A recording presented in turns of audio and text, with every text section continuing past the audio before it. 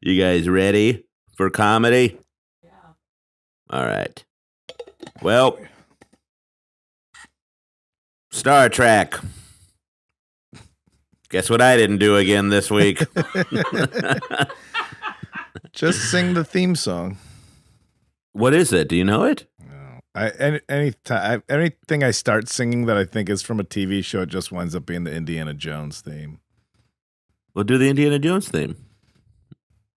Dun dun dun dun dun dun dun dun dun dun. Star Trek. There's Klingons and a ship. Here we go. So what we're gonna do? We're gonna go save everyone from the killer moon. Star Trek. It's not really a song, is it? Nope. Oh. Yeah, okay. I was hoping you would back me up on it the whole time, and I would just freestyle lyrics like Jay-Z. But you're grumpy, I'm hungover. Nobody's freestyling shit right now. Yeah. All right, everyone. Okay, yeah. Let's find out what you nerds really give a fuck about. We'll be right back. This is No Accounting for Taste. Brought to you by a laser gun. Is that on brand? Hal, you're good with words. You know that, man? I think the gym is dumb.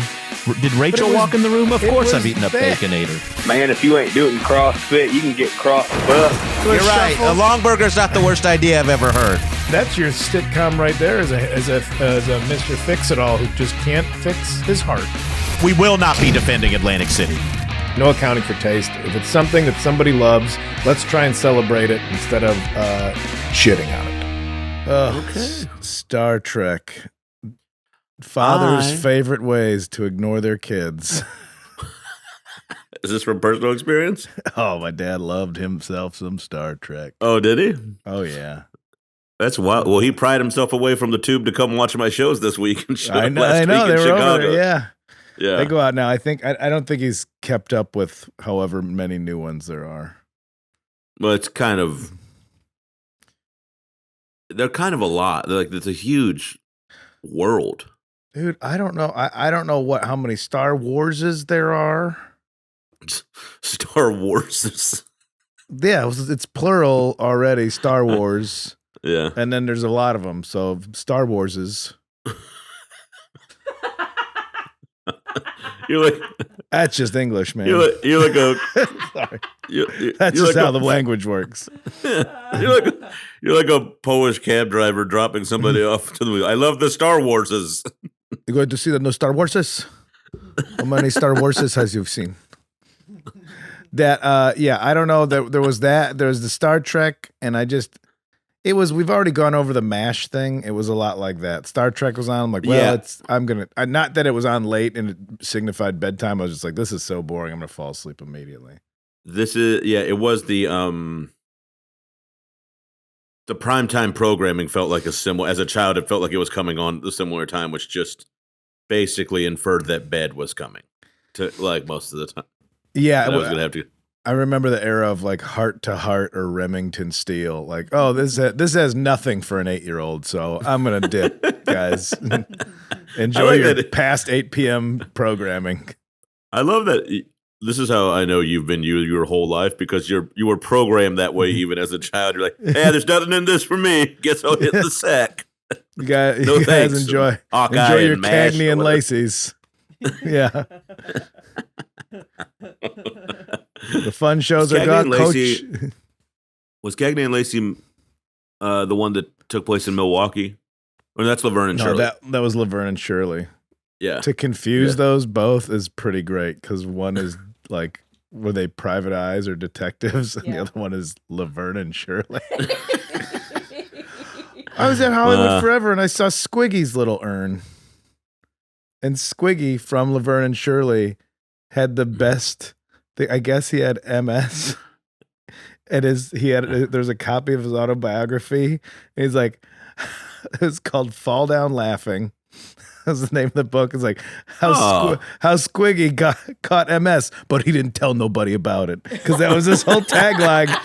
But didn't say nothing about it or something. Like, that's how you do it. You still got a funny little shelf in the Hollywood Forever Cemetery with your ashes in it, and then they got a statue of Judy Tenuta playing the accordion. I was like, oh, Like I'm sad that those people are dead, but it's nice that they got a fun thing for people to see.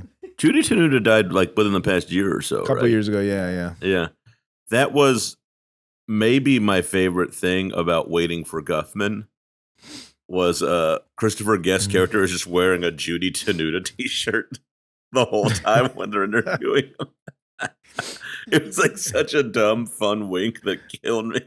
Like that was a for him move, and it just oh god. That Judy was Tenuta. That was one of the first stand-ups that I remember seeing. Like, like anything non-traditional. Like, I don't understand a guy talking about his wife and kids, but Judy Tenuta spitting gum at the audience, saying "Crawl for it, pigs." I'm like, oh, this is punk rock, and I don't even know what punk rock is yet. This hot lady's calling everybody pigs and spitting on them. This rules. And she plays the accordion.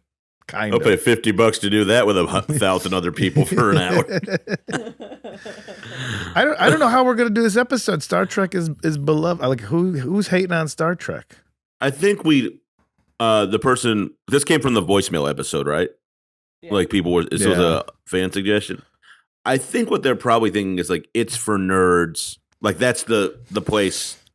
Yeah. If this person sounds like they loved it. If I remember correctly, the person who suggested it wanted to defend it. Yeah. But that's the thing, nothing's for nerds anymore.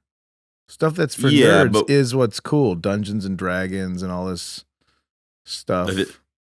I don't know if Game of Thrones and Dungeons and Dragons qualify as the same thing. You know, like what happened here? The lights just turned on for anybody who's just not taking this on video. I'd be freaked out here too, Buster. You looked so goddamn confused. Well, there's two lights. They just. I know. I know exactly what happened, and I'm not saying it wouldn't have happened to me. But if you're only listening and not watching this, they're just sitting there, and the lights, Charlene's lights are on a timer. And I just see Kyle go, huh, and look left and right. It's like it caught me off guard. It was a little spooky. 3 o'clock is usually when it starts to get a little dark, and so that's when the lights are programmed to go off. Oh, okay. And then they go off at 10:30 to tell me you should probably start getting ready. To go to the lights are your MASH. Is your episode of MASH coming on? I've never watched an episode of Star Trek. That's what we talked about. I've never seen an episode of that. I've never seen an episode of Game of Thrones, which I know people loved it. And it was just, it is, okay, I think it's more we're probably defending Trekkies or the people that are freaks about something. But there's so many worse things. You think it's going to drift into the fanaticism space. Yeah, I don't remember meeting. I remember meeting fans of the show, but then we talked about there's that documentary called Trekkies, and like the woman wore her Starfleet uniform to jury duty, and I would, as if I was on trial, I'd be like, this is supposed to be a jury of my peers. I don't think that's. I don't think that's okay. What it does go to show you in that doc. And about our justice system is that everything is made up. It is all a construct, top to bottom.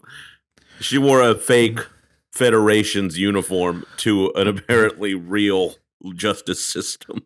But but her reason for it, I mean, clearly now that you know, like autism is a spectrum, you're like, oh well, everybody's autistic. These things I was laughing at, like this woman was saying, she's like, I think Star Trek represents the best ideals in a very righteous way of governing and fairness, and so I'm going to represent that in court. And she said that, I was like, I can't argue, but you could just believe that.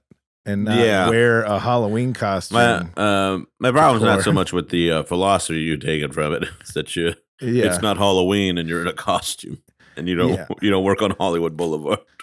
Yeah, but I guess there's worse people to get. You could have somebody indifferent on your jury, whereas she's going to take this seriously. How many people take jury duty seriously?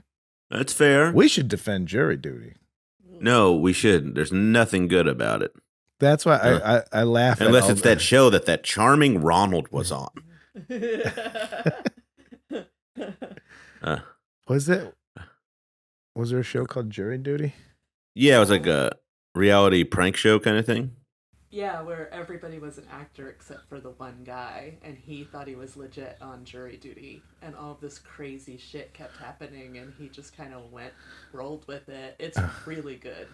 Really? Yeah. Yeah, It's super it's- positive, actually. Yeah, it's really done. You would like it, Kyle. There's some funny shit. Who is in it? Yeah. Who? The main guy's name is Ronald, and then he got signed by like UTA, and he's just a guy who like works in a warehouse. Yeah. Yeah. Yeah. It's really good. Okay. Yeah. Also, James Marsden, the actor's in it. Oh, And- Mecky Lepper's in it. Mecky Leeper's in it. Yeah. Okay. Yeah. But James Marsden's in it, has one of the best lines I've ever heard. Like, because people keep going like, "Where do I know you from?" Because he's in like, and he was like, "Oh, I'm an actor," and they go, "Yeah," and then the owner goes, "You were in The Notebook," and he freaks out at one point. And he goes, "They keep calling me the guy from The Notebook, who's not the guy from The Notebook." He has a real good sense of humor about himself. It's very funny. Yeah. Have I never heard about this? It was on Freevee. Maybe that's why. Yeah. Yeah, I really missed my Freevee and my Tubi shows. Well, anyway, Yeah. back to the Quibi. Star Trek thing. Yeah, I think it's gonna be tough. Like, there's so many worse things to be obsessed with. Like, there's people that like their knowledge of serial killers is their whole personality. This is you just know a Yeah. lot about this show that was altruistic and had a good message. Yeah, I think the thing we're gonna have to defend is that it's cool, not that it's good or bad. Like that, like I think like that's the approach we're gonna. Because I think it was such like people would just be like nerds liking Star Trek, you know. Yeah, So I think the approach we need to have is be like, nah, fuck that. That's all right. We need to be cool about this as opposed to like, and Have show you like watched- how entertaining it is. Rather, yeah. Have you watched Star Trek? I think I mentioned this on the voicemail episode, but I get really freaked out at the beginning of the Next Generation when they just showed the ship in the middle of space. Oh yeah, you get a little. Yeah, I get a little queasy. So it always kind of turned me off right from the start. So I don't know if I ever would have liked Shane's it. like, I'm already lonely here on Earth. I can't imagine what it would be like in space. Oh, hold on. Kyle, when there's a beeping in the next room, it's just the oven saying it's done. Don't freak out. Already tried to only on the only dating app on the Enterprise, and I already swiped on everybody. Can you beam me up a friend? Boo. Boo. Oh. So, my point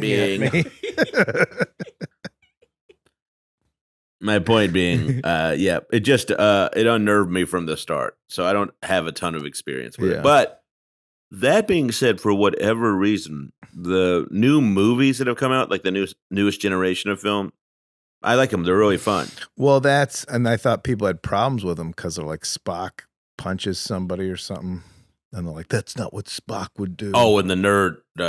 Sorry, we're being positive.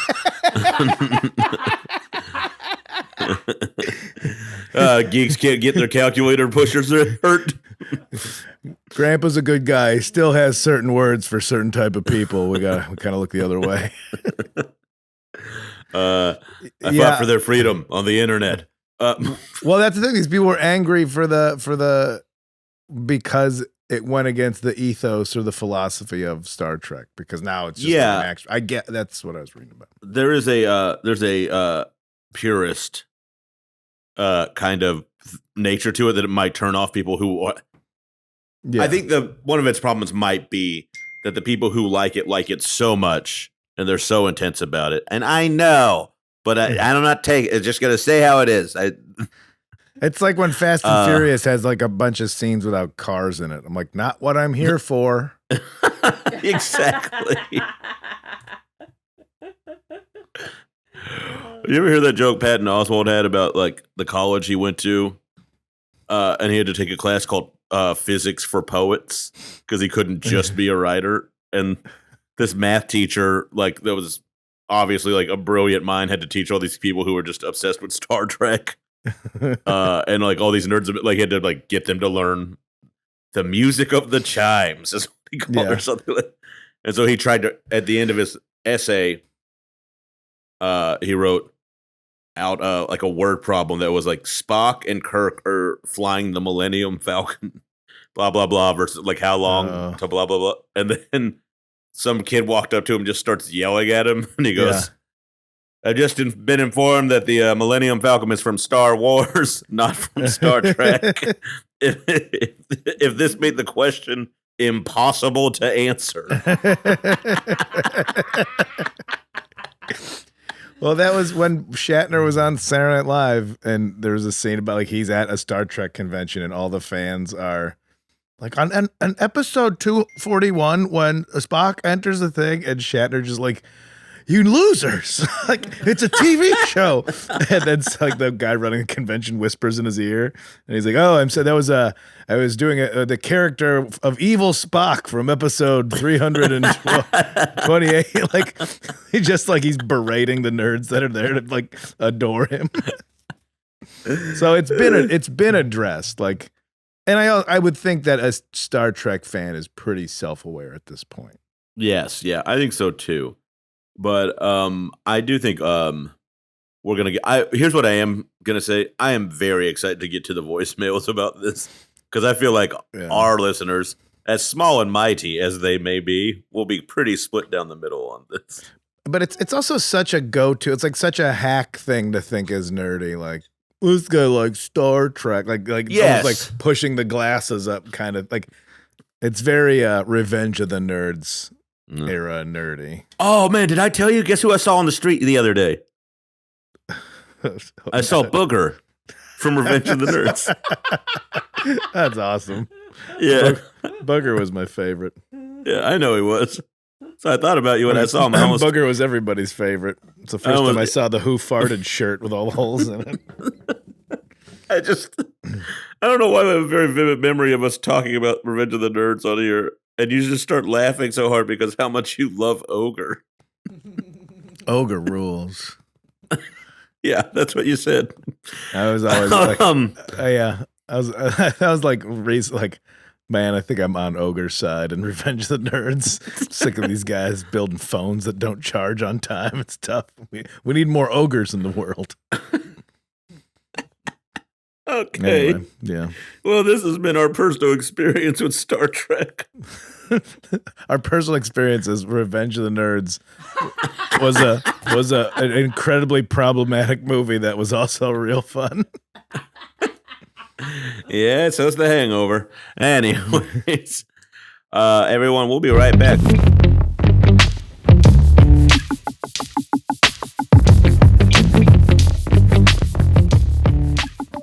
Okay, everyone. Well, hey, here's that product and another one. This week we're talking about Starbucks. Trek. No. Star Trek. Okay, let's get into Star Trek. All right. 15. Okay, so now this is the part of the podcast we call the good and the bad. This whole podcast might just be the bad. Anyways,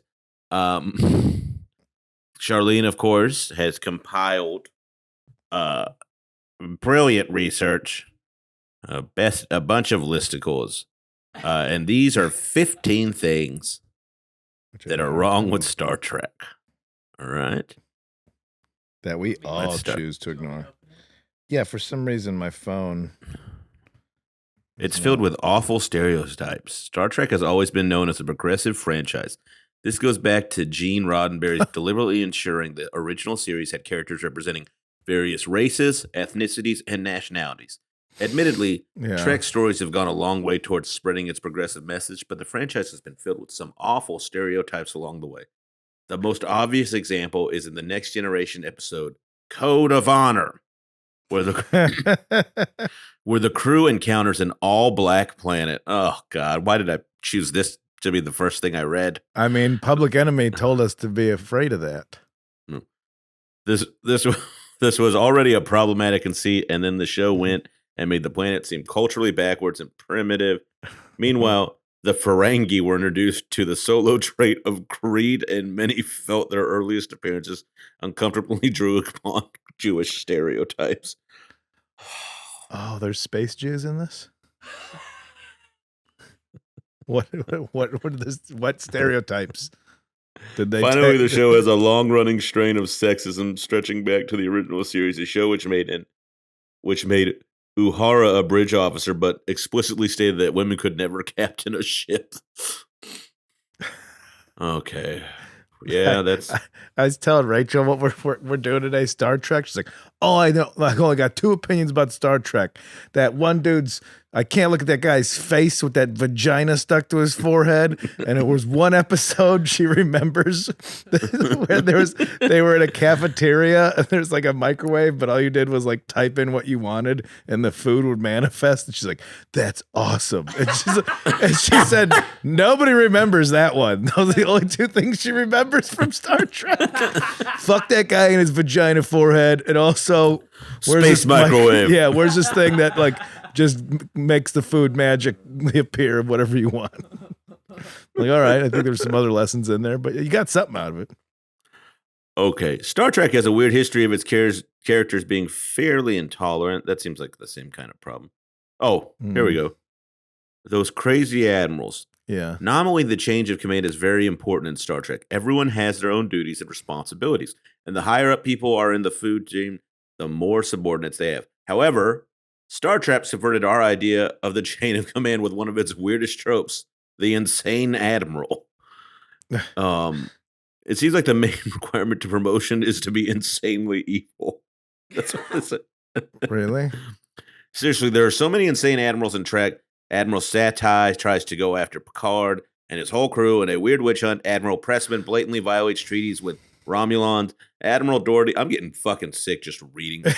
Admiral Doherty tries to forcibly remove an entire planetary population, and so on. Admiral Marcus unleashes Khan and murders people to cover it up. And Admiral Layden attempts a coup upon Starfleet. The Wrath of Khan is a badass name for anything, so I'll give him that. There's got to be like a Star Trek themed metal band out there, right? That has that name. Like, Of course there is. do you know this? They're in Portland. Okay, I'm not. That's why. Who is it? Like who in real life? Like, or what's just the band? name? I don't remember, but they used to perform at that Star Trek bar that existed out on 82nd, where they run the Star Trek karaoke, where all of the popular songs were in Klingon. Man, Never been to I don't know. Maybe I missed that business. It's like episode of Portlandia or Real. and then on the Do you remember when the Doctor Who bar opened? yeah, I do. I also have never seen an episode of Doctor Who. I don't Never, know what's neither going have on I. with that one. People love it. The Klingon bar in the basement was illegal betting bar, Okay, so there was something cool happening. so they were making money. Yeah. I like the idea that that's They also had Star Trek in the park in Laurelhurst Park. Do you remember that? Yeah, where the orchestra would play, right? Yeah, it was like Shakespeare in the Park, but Star Trek. Star Trek. A Star Trek episode. Yeah, and people would act out. Yeah, that was fun. Yeah. Yeah. Then there'd just be drunk homeless guys wandering into the middle of the performance. He'd be like, stop, Romulans need your help. That is the episode. With What are you guys performing doing in the my park. house outside? There's a Star Wars bar here. Or I was drunk at Universal Studios. I don't know. No, I know there's a Star Wars bar on Hollywood Boulevard. But okay, so a Star Trek metal band, pretty tough. Called Wrath of Khan. Yeah. I mean, Rathicon's like Right. should be. I mean, obviously, the whole rhythm section is Klingon, right? Like, that just seems... Okay, are the Klingons bad guys? This I is don't how know. this is how you anger Trekkies. Is it this is utter lack of knowledge about it? Are the Klingons? But Worf was on the Enterprise, right? Yeah, and he was a Klingon. So I think he's like a Cuban, like he defected.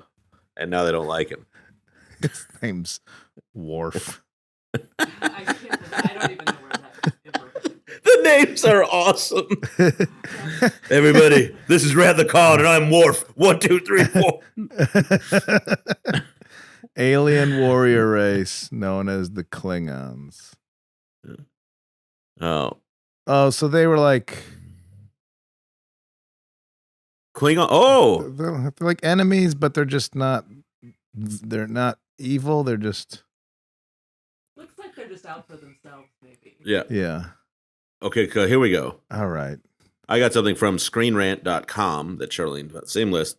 Klingons aren't actually honorable. This is one of the problems with it. The Klingons on Star Trek, the original series, did not have a lot of detail as an alien race. They were mostly mustache-twirling villains. Later portrayals of Klingons in Star Trek, The Next Generation, added the new dimension that they were obsessed with honor. Even if you discount early portrayals, we can see that they aren't honorable at all. We see warriors like Duras betray their race to the Romulans, and we see the Klingon Council try to hide his crimes. We see a pattern of Klingon ships conducting sneak attacks on everyone from the Ferengi to the Federation. Of course, these bold warriors constantly hide behind cloaking devices.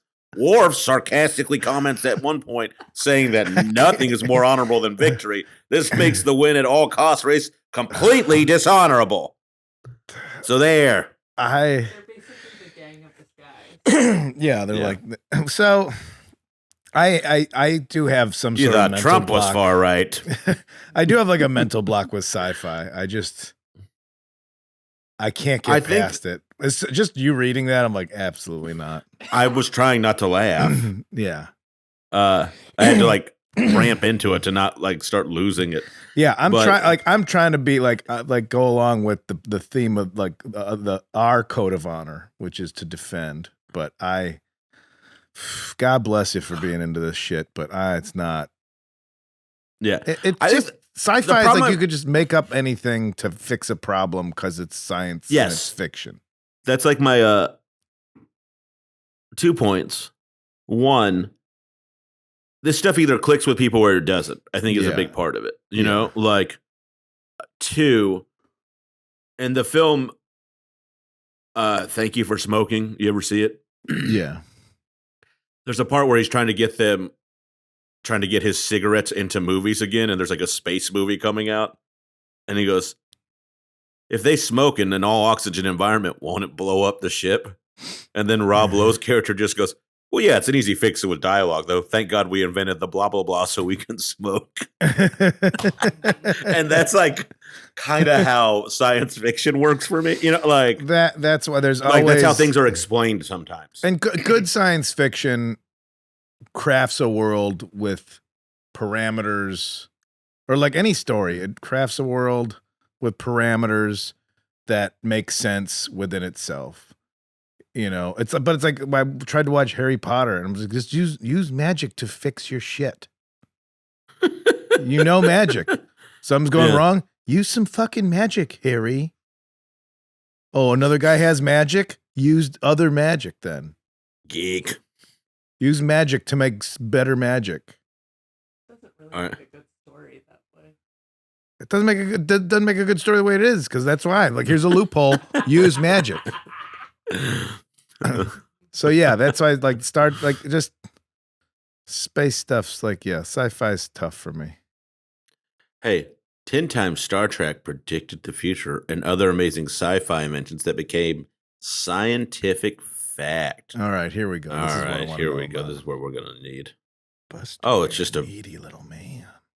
Oh, I feel like Charlene, did you get this from like a Star Trek convention's website? I don't know. Perhaps the biggest contributors to the pantheon of science fiction predicting in the future is Star Trek's franchise. Responsible for innumerable soothsaying moments, the writers of Star Trek's film and TV shows have long pitched futuristic inventions and technologies which have subsequently become reality. So in all their future-telling skills, we have created the following infographic. Maybe we can share a link to this infographic. Ugh, I hated saying that. Feels like something you would read when you're in a long line at an airport waiting for a car. iPads. Throughout the Star Trek Next Generation 1987, the crew aboard the Enterprise used handheld personal access data devices, PADs, to punch in coordinates for star systems. 23 years later, Apple brought out the iPad, incredibly similar in design and loaded with Apple Maps. And yeah, Yeah. I remember seeing that on there before. All right, the nerds are on the board. Let's see what else they got. Flip phones. In the early 2000s, flip phones were the must-have communication tool for business folk and text-happy teens alike. However, the technology was far from new, with the Spock and the crew using similar flip-top communication technologies. Also, yeah. Flip phones. I got Bluetooth headsets on here. Yeah, that's true. Siri. I could see Flat that. Screen TVs. Oh. Google Glass. Jesus. The universal translator is, for as much as I bitch about my phone and everything, what a awesome thing to have to make the world more accessible. Yeah, I was reading a lot on my flight about that Navalny guy that died today. Yeah. And a lot of the news was in Russian. Yeah. And that translator really helped. Yeah. Oh, so the Russian news was like, of natural causes. Yeah.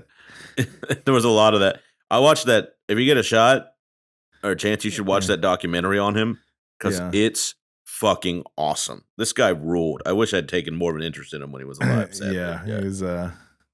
He was pretty badass. Yeah, real G. Also, go ahead. It's got food replicators. That's the thing Rachel was talking about. Enterprise were treated to a wide menu of food and a drink. Wait, 3D printers now can make food? What? Hold on. Can it? But that means you just have to have all the ingredients ready to be shot into the... I don't think they're pushing. I don't think it's right. Like, I think you have to have a pizza made, and then you can make other pizzas. Or you got a multiplicity this thing, right? I think they're pushing this one, but Rachel will be excited to know it's called a food replicator.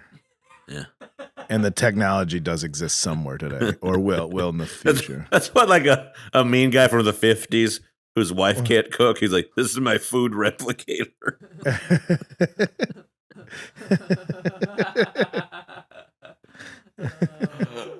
Oh, I love these nerds. They're awesome. But this is a pretty good. This is definitely in the. What was the Dazzler? What was that? The Dazzler. Since 2006, the U.S. Army has used the Dazzler, a weapon which directs energy to disorientate, or. Oh, that's all it is. Yeah.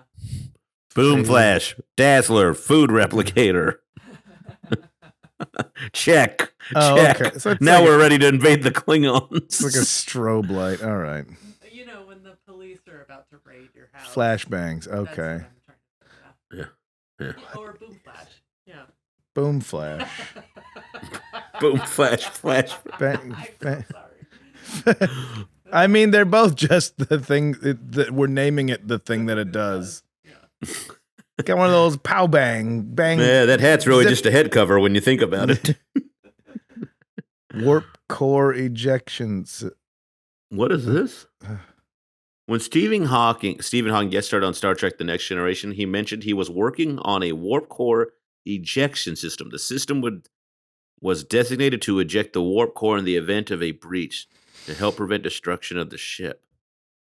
Well, that's not real. There's nuclear submarines and stuff like that. I don't know. They're not saying where it's being used in real life. Teleportation? Hold on. We're not teleporting yet. Male skirts. Who was wearing that? It also predicted teleportation and male skirts. Warp drive, the tech which allowed the ship to travel faster than the speed of light. Warp drives bent space to accommodate super quick travel. In 2012, it was revealed that NASA have started working on this technology. Well, then what the fuck are we waiting for? one guy with some graph paper doesn't mean we have it. One guy at NASA going, what if we made it? And then, oh, we're working on it. Yeah, that's a little bit of like, well, fucking. I want an everlasting battery so nothing ever runs out of power and the planet is safe. I want to go back to the male skirts. They're called kilts. That's not. Star Trek is problematic. They don't recognize proud Scottish heritage. That's what I wondered too. Why do they? How did he have an accent from a country that isn't around? Oh, is Earth not around in Star Trek? Well, I don't see. Somebody can get mad at us for this. They're gonna get mad at us for all of this. Captain Kirk was from Iowa or something. Oh yeah, he is from like. And then what he did, he just got a job being a Star Trek.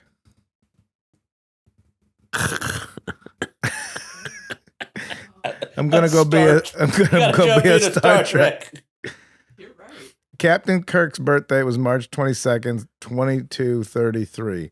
Born on a shuttle leaving I saw the Starship USS Kelvin. I thought it was Kevin.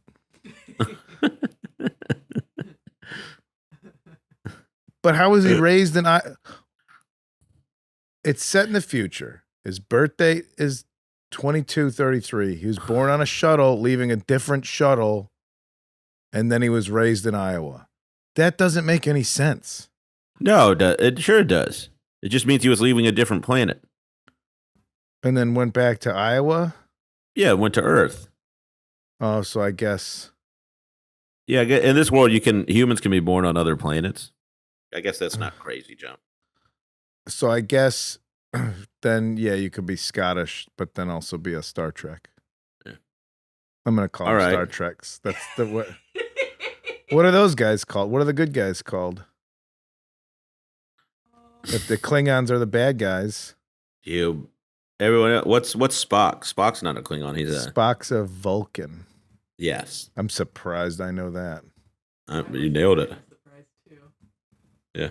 Well, can we go to something we can actually make fun of for a second? Start trying to figure out the etymology of all the characters and stuff. Starfleet. All right. Wow, sorry, Star Trek fans. I feel like we're really failing in this one. You guys know you're fine. Nobody thinks nerds are nerds anymore. Yeah. 10 controversial Star Trek episodes.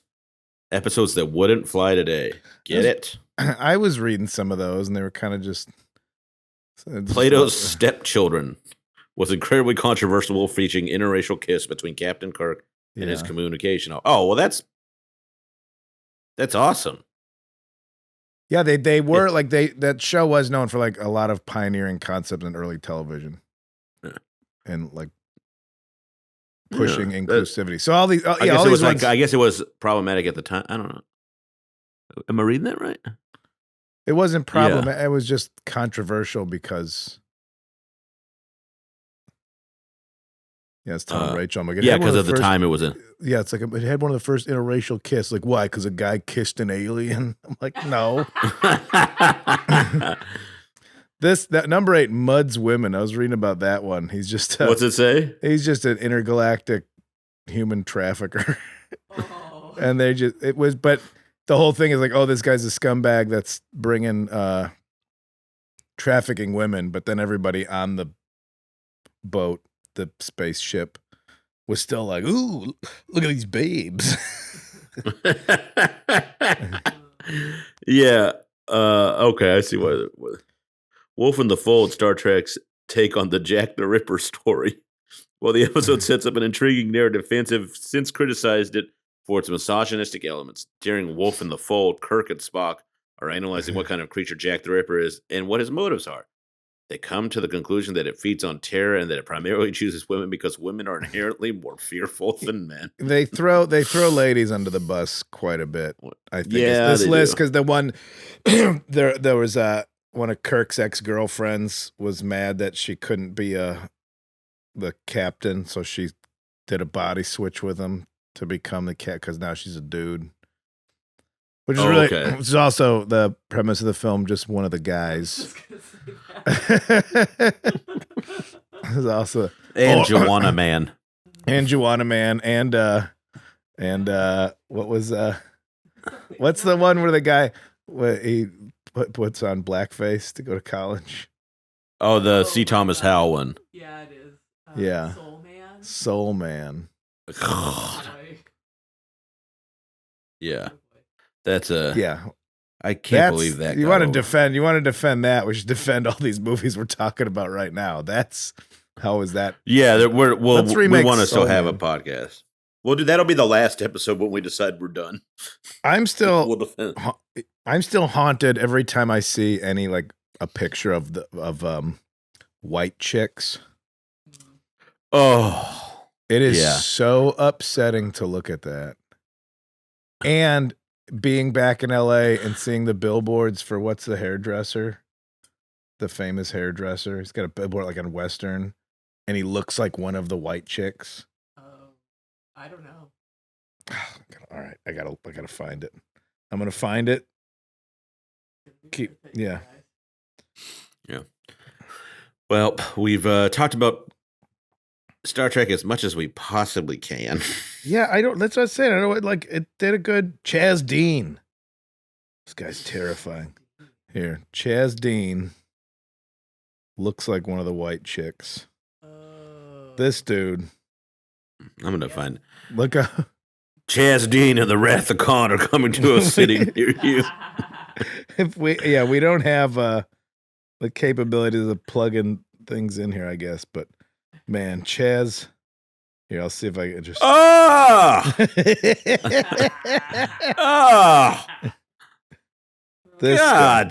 this is awful. This guy here. I'll show it to the camera. This has to be a Wayans brother. That's a Wayans brother. In whiteface. That's just. We've got some phone calls. Let's do that because I don't know how to do anything else. I don't know anything about Star Trek. Maybe I'll watch the movies. I don't know. There's always something better to watch. Like I said, I really like the new movies. The old ones I don't really like, and they still kind of freaked me out. But like the new ones with I think Chris Pine is the Chris that's in them. He's fun. Yeah. They're good. Like they're worth watching. Yeah, they look hot.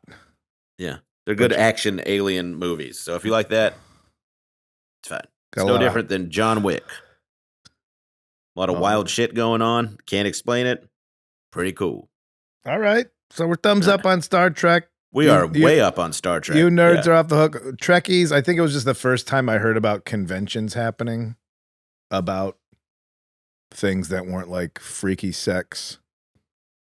Or like an auto show. It was like, oh, you just like Star Trek so much, then there's so many of you that you get together and freak out on each other. Hey, give it a shot.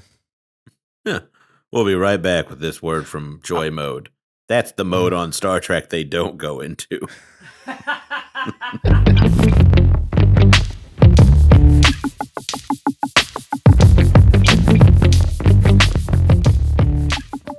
All right. I always thought that we're back. Sure. Sorry, I stepped out. Yeah, I don't know why I got to feel like we got to say it every time.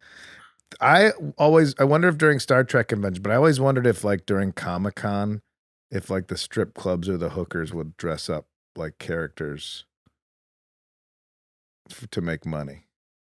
So if like, if a Star Trek convention's coming in town, you got nothing but all like hot Star Trek strippers.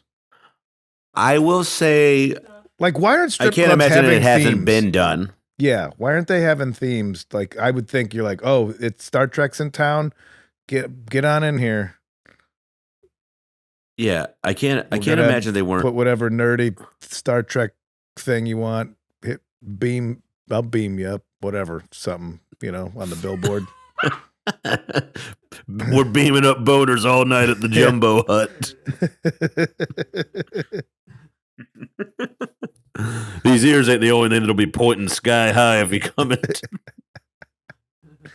I just think from a business let's go standpoint, back to the champagne room. You got to call it the bridge this weekend. Yeah, you gotta call it.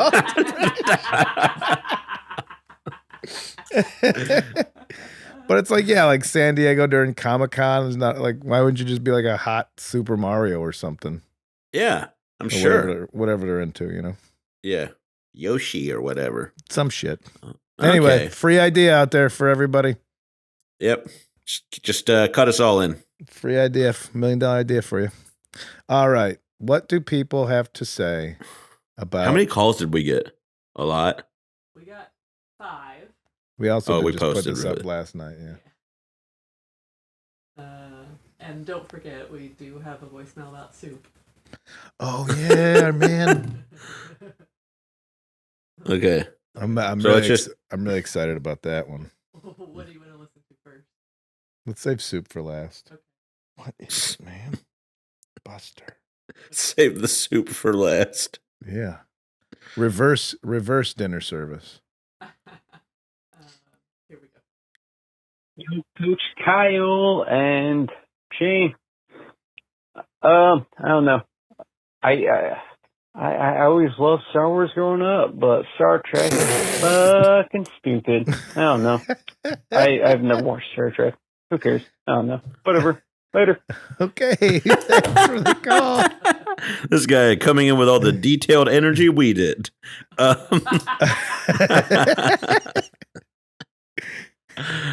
Oh my god, yeah. Okay, well, I don't know what to say about that call. I like the split, like the why would you to have to choose one versus the other. Yeah. I did watch the Star Warses up until Jar Jar Binks, and then I'm like, you've betrayed my trust. That I haven't seen anything since. I almost walked out during that. If you can, Used to call me Shar Shar Pig? no. Really? Because I could see Shane throwing that kind of nickname. Maybe.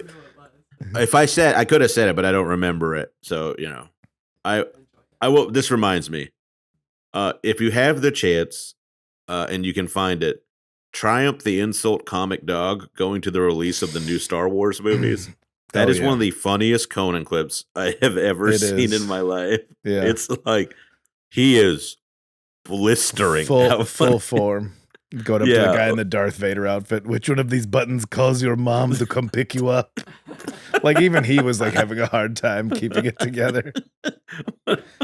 One of my favorites was there's like a D&D kid walks up and the camera just hands over and goes, "Look, a nerd from another dimension."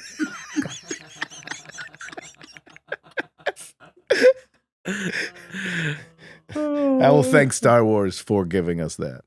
Yes, I will too. Let's listen to another call. Right. This is the opposite of that. Just a quick comment about Star Trek Strange New Worlds, in particular the musical episode. Love this. 19 of the 20 episodes of this series, pretty much the best Star Trek content I've seen since the original series, or the Wrath of Khan, that sort of thing, way it ties together. And then we get to that musical episode, and I wanted to scoop out my eyes and ears with a melon baller. What do you think the melon baller's called on the Star Trek ship? Wrap my mind around any portion of it, and I want to just pretend that episode doesn't even exist in the rest of the series. Looking forward to season 3, though. Thank you. Wait, what is? There's a musical episode? I guess this is the most current version of Star Trek. Yeah, what did you say it was called? was- Yeah, Star Trek musical episode. I like them. Good for them. Oh, wow. So there is Strange New Worlds is the new Star Trek, Okay. and we're watching a clip of it. I'm looking right now. They just make them sing.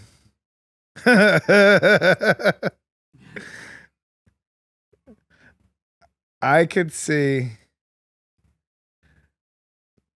Wow. All right. This is what's funny is that this is the same thing I would like make fun of my dad, like musicals. What, all of a sudden you're just singing and dancing for no reason, and then but love Star Trek.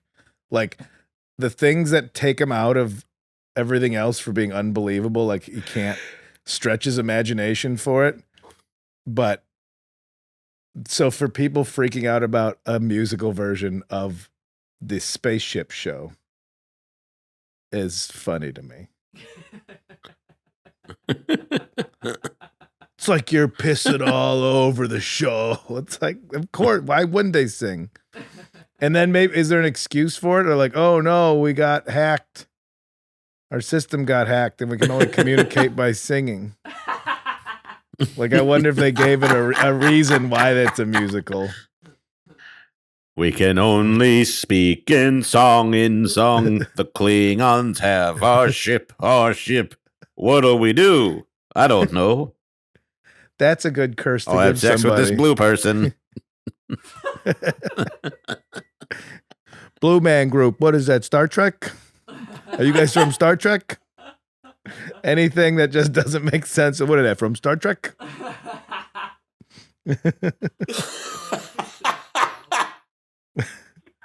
Hey, Kyle. Hey, Shane. Charlene. This is Anthony in Oklahoma. Well, the topic What up, is Ant-Man? Star Trek. You know, I never really got into the original series. I've probably seen it all, but I wasn't that into it. But I really got into the Next Generation. I like that. I watched almost all of it, but I've never seen the series finale episode. And the reason is, a couple of days before it aired, my ex-girlfriend called and wanted to know if I wanted to come over to her place and watch the last episode with her. Because that was something that we had done together. We watched Star Trek Next Generation. All right. That's sweet. I had to tell her no, though, because my current girlfriend, who is now my wife of almost 30 years, was standing right next to me listening to this call. And like that entire side of my body felt hot from the rage just radiating off of her. And I said, Probably no, like I'm a not heat gonna shield watch that it. protects you And from I've an never atomic watched blast it of some since. kind. I'm streaming all that strictly due to PTSD from that incident. So, love Next Generation. Never seen the final episode. Oklahoma out. My man, I encourage you to watch it and call us back. You deserve if you Please made do. It. Also, what was this ex going calling when you already had a different woman? Who's this? Who's this gal? Sound like you're a real kind of Captain Kirk of the skies. I mean, good choice on you. But yeah, you could have fucked that all up by being like, oh yeah. Yeah. So that's Where's a holodeck when you need one, huh? I think you should watch it, but I want you to watch it. Yeah, do watch it and then give us a ring, and we'll use it for one of our fun Patreon and episodes. it just breaks up his marriage. He just thinks about his ex now when he sees it. And she's Yeah. like, oh, I want to see what she thought of it. And he contacts her again, and then they have a love affair, and his marriage breaks up because of the Next Generation. The 30 years, Mark. Well, if you had warp speed, you could get there real fast. Yeah, you Get could back time real fast. travel. You could time travel back. Yep. Well, that's got to be.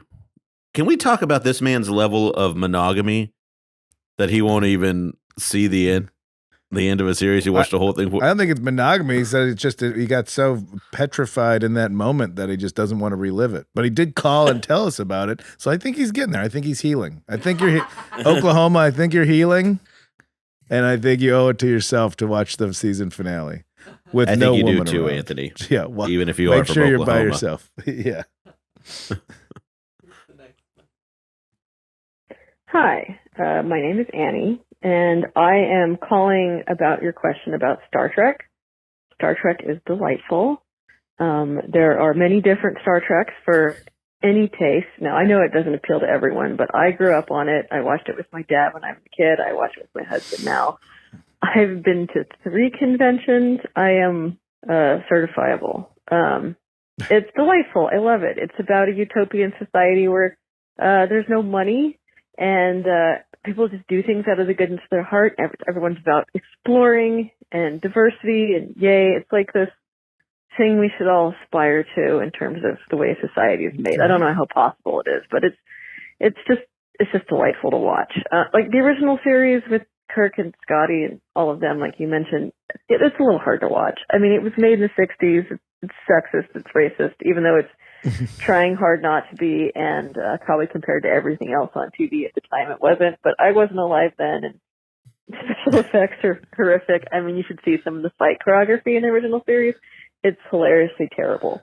And just the sets were made with like $15 and whatever they could find in the alley. But it's, the subsequent ones, I grew up on the Next Generation.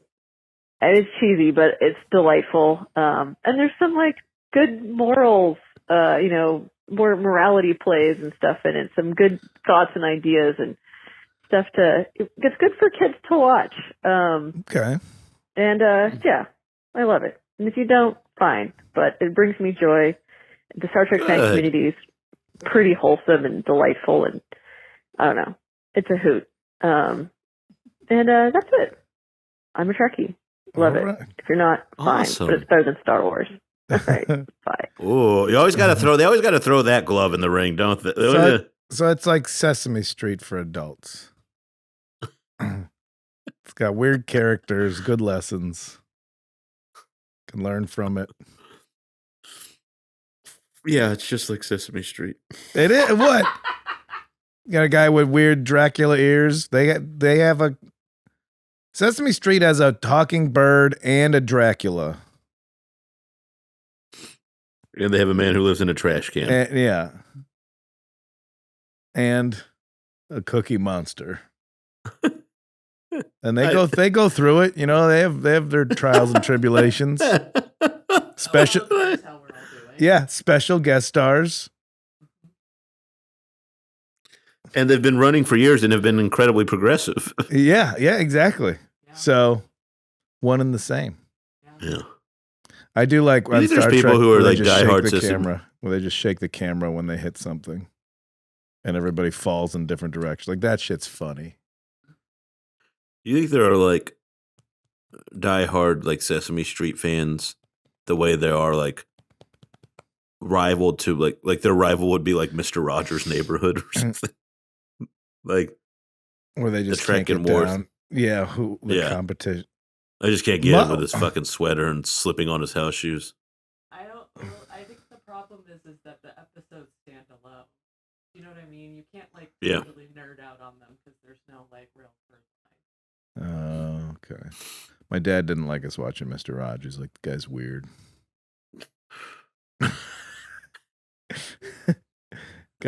Guy's weird. He creeps me out. That says a lot. I read this thing once about him, like, like when he would like feed the fish, he would some little girl that was blind or went blind couldn't watch the show, so she would hear it. So he would narrate everything in that way, so she could know what was happening when the show would be on, when she would hear it. Yeah. That guy's a creep. Well, all right. You know what? Pat Kinane, I know a pedo when I see one. Man, I will say that Tom Hanks movie about him, made him seem weird. I didn't see it either. It made him seem like a weird dude. Like I felt people loved it. I know, and I watched him. Like it seems weird. It makes him seem like he was a weirdo. I'll give it a watch. We'll talk about Mr. Rogers next week. It's the idea of anybody that's whole existence is that wholesome. It's like you're hiding secrets. I think maybe it's I get it. From you grow up in the church and like, the priest who's supposed to look up at like the most vile person in the whole church a lot of times. It's Bill Cosby. Mm-hmm. Yeah. On a different note,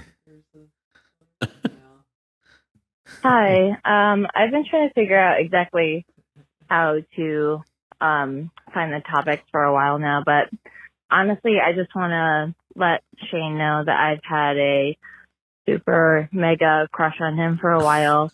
I DM'd what were you him doing on Valentine's Instagram, week? He replied, and he's such a sweetheart. And honestly, if he's just in the Connecticut area or wants to hang out with like a maybe large-breasted blonde woman, please, absolutely let me know. He seems like such a goddamn sweetheart, and that's my type. Please, Shane, let me know what you're doing. I want to hang out. I might want to like suck your pee-pee and stuff. All right, bye.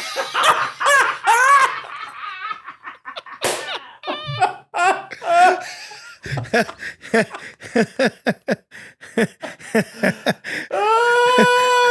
was so innocent right up till it still sounded kind of innocent. Well, you know. That's what Mr. Rogers says. You do have a dozen packets of joy mode you can go through. I'm pretty sure New York City is in the Connecticut area. I don't know. Yeah, she messaged me and she was like, I have a big crush. I was like, oh, you made my day. That was really sweet. Because I never know if it's like someone being mean. I don't trust. And then she sent she sent a voice or another message being like, I was all mixed up last night at 3:11. I swear I'll take a rain check on a date. Yeah. She's at a 311 concert? Yeah. Okay. Oh. Yeah, she was. I don't know Shane. about that. Shane. I don't like that you save that for the end, Connolly. Very, very shifty. Well, no, I saved this one for the end. Hold on. Oh, boys, how's it going? I'm the soup man. It's My man. Cody. Hit me. I stopped by a place called Avenue Bakery in American Fork, Utah, and they've got a white bean chicken chili that'll knock your socks off, and another soup with lime in it. I would never think like, just a squeeze of lime would make this chili better. Oh, hot damn! Oh, baby. It's got a little pepper in it. Pepper and the white beans and the chicken, and I think it's one of those that's got like a pound of cream cheese in there. Oh my God. That's 9 out of 10. And quite honestly, I don't know what this ranking system is. I don't know what any of it would mean, and it's me giving the rankings. I don't know what it is. Get yourself some white bean chicken chili, because wow. And go get some limes and squeeze it on top. Okay. It's knock your socks off. Make sure to hit up Shane Torres on all social media, along with Kyle Kinane. They kill it on Instagram. And if you're wondering what their tour dates are, hit them up at ShaneTorres.com and KyleKinane.com. I don't know if Shane that's is a comedian.com. I'm not looking at them right now, but you've got Google. Hit them up. See if they're coming to your town. All right, boys. See you later.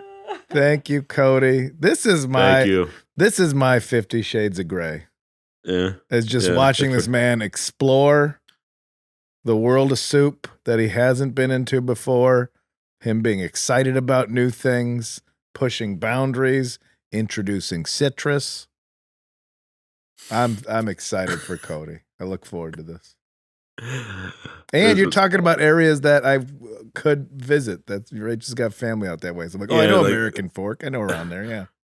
Yeah. Kyle's main issue with soup is proximity. So if you can conquer that, he's pretty into it. Well, here's all these great places in a place I might be. Yeah. No, he's like killing he's naming it. the restaurants. He's giving them shout outs. It's good. Giving out the wrong website for me. No. People find it. You just had a woman offer you oral sex, and this is the thing you're going to get upset about. Jesus Christ. I don't know. Man. This is like a soup voicemail is like oral sex for you. It's no one to suck your pee-pee. That does sound like what a Muppet would say about it. But to suck your pee-pee. Beavis and Butthead. Oh, well, that lady Cody was really nice. Gotta message her. Are you gonna contact this young? I don't know. This seems like I could be opening up a real kind of Pandora's box thing going here. Open up some kind of box. A space box, warp speed. Tell them where they can find you, Kyle. KyleKinane.com. My man Cody handled the promos pretty good. ShaneIsAComedian.com. Shane Torres on all social platforms. Check out the special, The Blue-Eyed Mexican. Views are going up, which is very nice. I don't think they can go down. Well. All right. I'm tired. You got to get a nap before you just need something to relax me. I wonder what that could be. Voicemail. Was it a sultry voicemail? No, Charlene, tell me where they can find. Tell them where they can find you. Right here next week on No Accounting for Taste. Bye, y'all. Thank you guys for calling, and we love you guys. And we'll see you next week, kiddies, Codies, and welcome back to the litter box. I'm gonna go have internet sex.